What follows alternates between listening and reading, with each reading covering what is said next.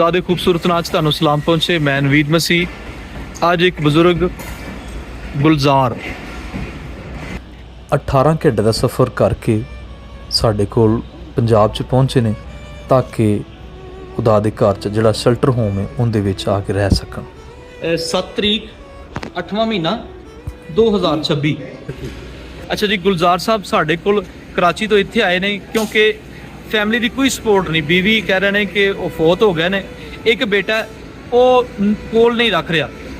ਉਹਨੇ ਜਵਾਬ ਦਿੱਤਾ ਕਿ ਮੈਂ ਹਜੇ ਨਹੀਂ ਰੱਖ ਸਕਦਾ ਤੇ ਫਿਲਹਾਲ ਸਾਡੇ ਕੋਲ 올ਡ ਏਜ ਹੋਮ ਦੇ ਵਿੱਚ ਆਏ ਨੇ। ਖੈਰੀਅਤ ਨਾਲ ਅਸੀਂ ਤੁਹਾਨੂੰ ਵੈਲਕਮ ਕਰਦੇ ਹਾਂ। ਤੁਸੀਂ ਖੈਰ ਨਾਲ ਸਾਡੇ ਕੋਲ ਰਹੋ। ਅਸੀਂ ਖੁਦਾ ਦੇ ਸ਼ੁਕਰਗੁਜ਼ਾਰ ਹਾਂ, ਸਾਨੂੰ ਸੇਵਾ ਦਾ ਮੌਕਾ ਮਿਲਿਆ ਹੈ ਤਾਂ ਕਿ ਅਸੀਂ ਆਪਣੇ ਵੱਡਿਆਂ ਦੀ, ਆਪਣੇ ਬਜ਼ੁਰਗਾਂ ਦੀ ਸੇਵਾ ਕਰ ਸਕੀਏ। ਲੇਕਿਨ ਅਫਸੋਸ ਹੈ, ਸਾਨੂੰ ਚਾਹੀਦਾ ਹੈ ਕਿ ਆਪਣੇ ਵੱਡਿਆਂ ਦੀ, ਜਿਨ੍ਹਾਂ ਦਾ ਮਾਂ-ਬਾਪ ਉਹ ਇਹਨਾਂ ਦੀ ਕੇਅਰ ਕਰਨ।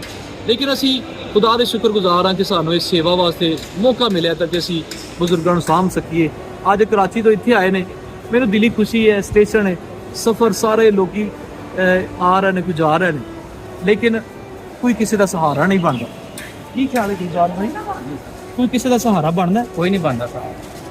ਕਰਾਚੀ ਦੇ ਵਿੱਚ ਤੁਸੀਂ ਆਪਣੇ ਭਰਾਵਾਂ ਕੋਲ ਵੀ ਗਏ ਹੋਗੇ, ਸਹੀ ਹੈ। ਤੇ ਭਰਾਵਾਂ ਨੇ ਕੀ ਕਿਹਾ? ਉਹਨਾਂ ਕਿ ਅਸਾਂ ਨਹੀਂ ਰੱਖਣਾ ਹੈ। ਭਰਾ ਨੇ ਕਿਹਾ ਅਸੀਂ ਨਹੀਂ ਰੱਖਣਾ। ਮੈਂ ਨਹੀਂ ਰੱਖਣਾ। ਕੋਈ ਕਿਸੇ ਦਾ ਨਹੀਂ ਬਣਦਾ, ਖੁਦਾ ਸਵਾਏ ਖੁਦਾ। ਸਿਵਾ ਖੁਦਾ।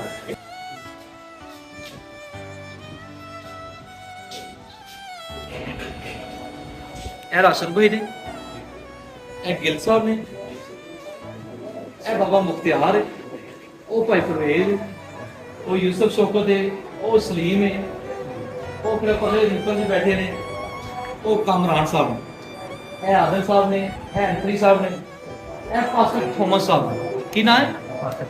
ਇੱਥੇ ਬਹਿ ਜਾ, ਰੋਟੀ ਖਾਓ ਨਾ। ਬਜ਼ੁਰਗ ਸਾਡੇ ਕੋਲ ਕਰਾਚੀ ਤੋਂ ਆਏ ਨੇ। ਬੈਠ ਜਾ ਤੁਸੀਂ ਖਾਣਾ ਖਾਓ।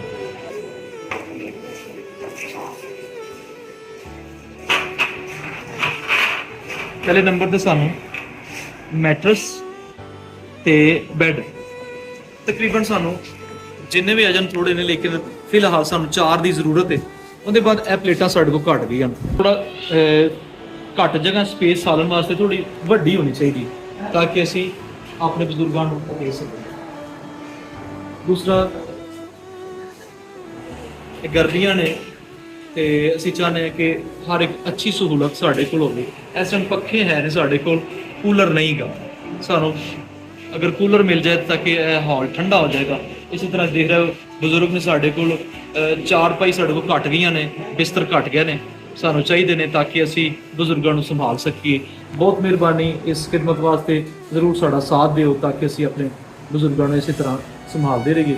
ਇਹ ਖੁਦਾ ਦਾ ਘਰ ਹੈ ਜਿਹਦੇ ਵਿੱਚ ਅਸੀਂ ਸਾਰੇ ਜਣੇ ਮਿਲ ਕੇ ਰਹਿੰਦੇ ਹਾਂ।